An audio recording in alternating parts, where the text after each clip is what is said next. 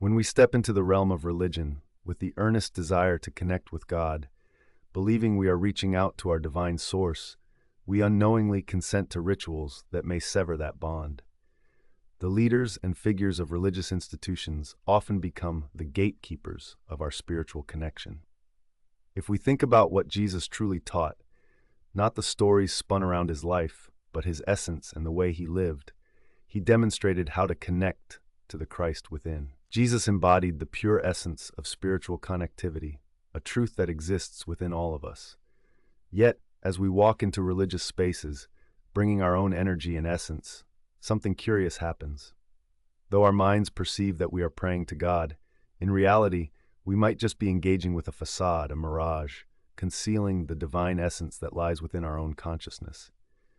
Our spirit's connection to God is something so intimate, so deeply personal, that it cannot fully resonate when filtered through external figures or institutions. Yet, each time we physically enter a religious setting, convinced of its necessity for our spiritual lives, we might inadvertently be affirming a power structure that no longer serves us. There's a profound implication in such actions. From birth, with our identity and physical imprint essentially documented, there's a suggestion that our spiritual commitments, willingly or not, align more with societal constructs than with divinity. These constructs, sent through historical tangents to revered entities like the Vatican, turn the act of Mass into a spectacle, a ritual that in itself seems to embrace magic, not the kind that leads us to God, the divine unity Jesus spoke about, but rather magic that shifts away from divinity toward control. Through the teachings of Jesus, we learn that our truest communication with God doesn't involve intermediaries. The journey to spiritual understanding isn't filtered through different minds, tainted by varied beliefs. In religion, just as in the depths of our own minds, distortion can occur. Have you ever noticed how your intentions and thoughts often transform drastically by the time they manifest into reality? In the physical world, we see the evidence of what Jesus warned about, the twisting of spiritual purity. When we attempt to experience God through others or through systems, it's possible that we drift further from God and inadvertently hand over the power of our own souls to more earthly, sometimes nefarious influences, the constructs of man, who in his most controlling forms echoes less of divine inspiration and more of tyranny. Right in front of our eyes, rituals play out. Glimpses of divine promise are shadowed by layers of man-made ceremonies, those ceremonies that might initially seem benign. But in essence, they're designed to fasten us securely in a network of spiritual commitment, stretching back to birth, ensuring our thoughts do not independently wander towards deeper spiritual truths. Jesus Christ, the Anointed One, portrayed a path to God that was personal and unmediated. Humanity, made in God's image, has an inherent spark of divine inspiration. But how are we to truly awaken to the God within us if we continue to seek his resonance solely through external institutions that might obscure him under dogma and tradition? Let's consider the Bible, the most sold book across the globe, a testament revered by many, yet its legacy is controlled in large part by the immense wealth and real estate of religious entities like the Vatican. Think about that. These resources weren't amassed for the common good. Though contributed by those seeking spiritual refuge, the vast fortunes of religious institutions reflect not the altruism of divine spirit, but more the machinery of power, constructed by people for the guardians, yet with a promise of shared spiritual wealth that often feels just out of reach. Around the world, these structures amass power, perpetuating control through the mechanism of fear, dividing and ruling by constructing narratives of scarcity. Was it not said that the earth has enough for each of us to live joyously?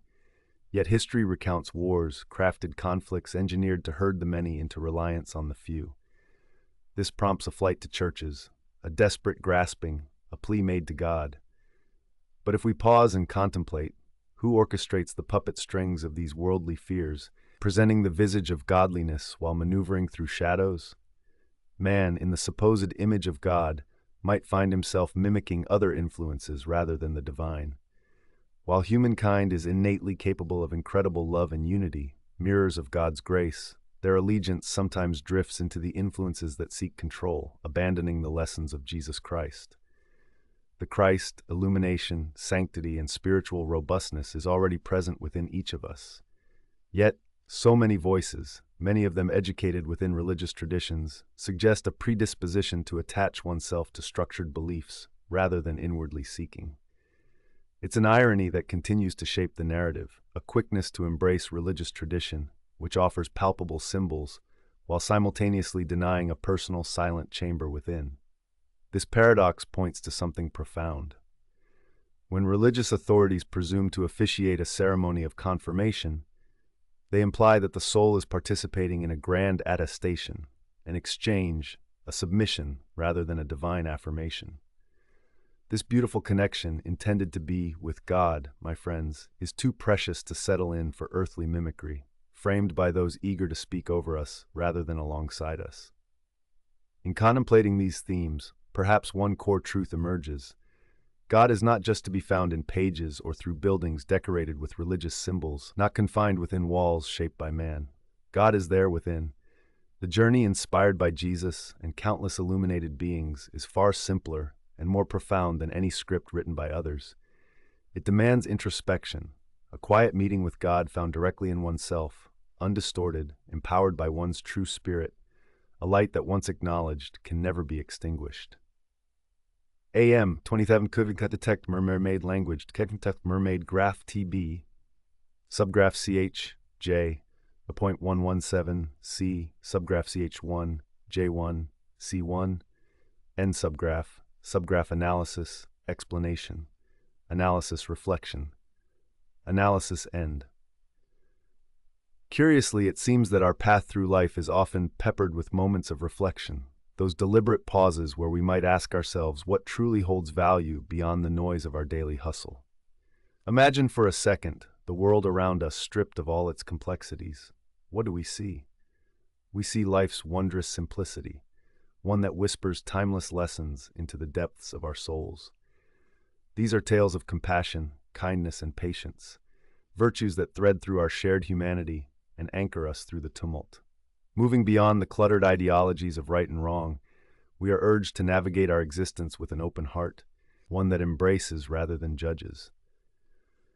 Now, in this journey, if you allow yourself to listen, you might hear the echoes of existence resonating with a gentle yet persistent reminder that the small connections we make, the quiet joys and the unspoken understandings form the essence of a fulfilling life. It's here, in these instances, that the divine peeks through the mundane, hinting that our essence is woven not in grand gestures but in the subtleties of everyday exchanges. Contemplation is urged not for answers but for understanding, a soft unfolding of the soul's nature. If the message of old wisdom can teach us anything, it's that life invites us again and again to find beauty in simplicity, to trust that beyond chaos there remains an undisturbed center, always present, ready to guide us when we choose to return to it. Perhaps then, divinity is not the absence of trials, but the persistent presence of grace within them, urging us to embrace life's journey fully, thoroughly, and intimately.